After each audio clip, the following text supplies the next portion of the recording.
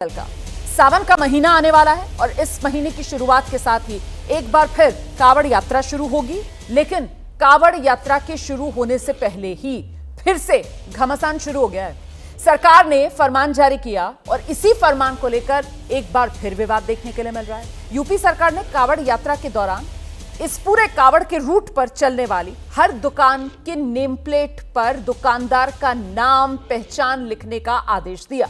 सरकार की दलील है कि कावड़ यात्रा की पवित्रता को देखते हुए यह फैसला लिया गया। अब यह आदेश पिछले साल भी जारी किया गया था, जिसके बाद मामला सुप्रीम कोर्ट तक पहुंचा था। याचिकाकर्ताओं ने दलील दी थी कि एक समुदाय को परेशान करने के लिए यह फैसला लिया गया। बाद में सुप्रीम कोर्ट ने इस फैसले पर अंतरिम रोक लगा दी थी और उस वक्त लगा था कि यह मामला अब इसी के साथ खत्म हो जाएगा। लेकिन इस बार फिर कावड़ यात्रा शुरू होने से पहले यूपी सरकार की तरफ से फैसले के बावजूद उसी तरीके का आदेश जारी कर दिया गया, जिस पर 2024 में सुप्रीम कोर्ट ने अंतरिम रोक लगाई थी। अब देखिए, विवाद बस इसी बात तक सीमित नहीं है कि साहब सुप्रीम कोर्ट जिस यूपी सरकार के फरमान पर 2024 में अंतरिम रोक लगा चुका है, उसी तरीके का फिर से आदेश यूपी सरकार 2025 जब कावड़ यात्रा शुरू हो रही है तो दोबारा क्यों लागू कर रही है। विवाद सिर्फ इतना नहीं है। दरअसल हुआ यह कि कल मुजफ्फरनगर के योग साधना आश्रम के एक महंत हैं, नाम है स्वामी यशवीर। उनकी अगुवाई में एक ढाबे पर यह हिंदूवादी संगठन से जुड़े लोग पहुंच गए।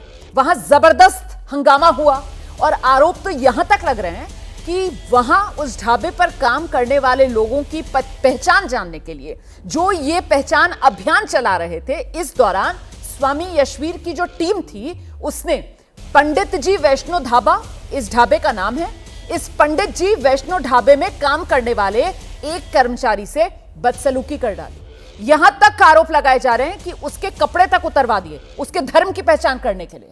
दरअसल स्वामी यशवीर लंबे समय से कावड़ रूट पर पड़ने वाले होटल, ढाबे, रेस्टोरेंट में दुकानदार की पहचान को लेकर अभियान चला रहे हैं और इस दौरान कई बार हंगामे का हालात भी बन जाते हैं। तो अब इसको लेकर सवाल बड़ा है कि सुप्रीम कोर्ट के फैसले के बावजूद नेम प्लेट पर फिर से यह आदेश क्यों दिया गया।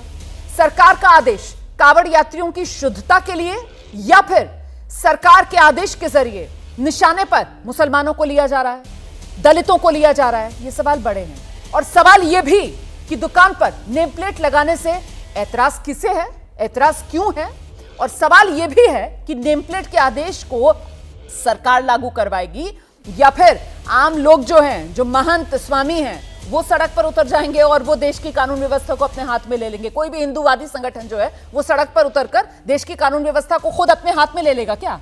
ये वो तमाम सवाल हैं जिसको लेकर आज बहस में बातचीत करेंगे, जवाब तलाशेंगे। शुरुआत करते हैं वार पलटवार सियासी तौर पर जो हो रहा है वो देख लीजिए पहले।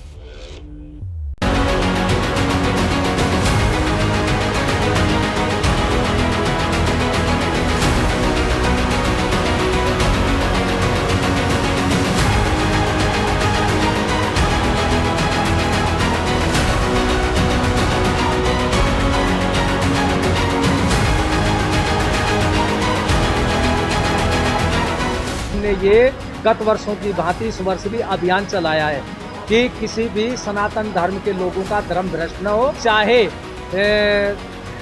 ये खाद्य पदार्थ की दुकान चलाने वाले हिंदू हो या मुसलमान हो, हमें इस बात से कोई लेना देना नहीं, लेकिन सब खाद्य पदार्थ की दुकान चलाने वाले मोटे अक्षरों में अपना नाम लिखे। फिर खाने वाले के ऊपर आधारित है कि वो कहाँ खाता है, लेकिन धोखे से वो न खा पाए। ये महाराज कोई अधिकारी हैं क्या? देखो, पुलिस के अफसर हैं, इनको ये राइट किसने दिया कि होटलों की चेकिंग करें? ये लोग माहौल बिगाड़ने वाले लोग हैं। पहचान बताओ, अपनी दुकान लगाओ। किसने मना किया? किसने तो मना किया नहीं। कुछ शरारती तत्व हैं जो पहचान छुपा के जानबूझ के कांवड़ यात्रा में व्यवधान पैदा करने की कोशिश कर रहे हैं। एक एक लोगों के पास दो आधार कार्ड निकल रहे हैं। कैसे बन रहा है ये सब?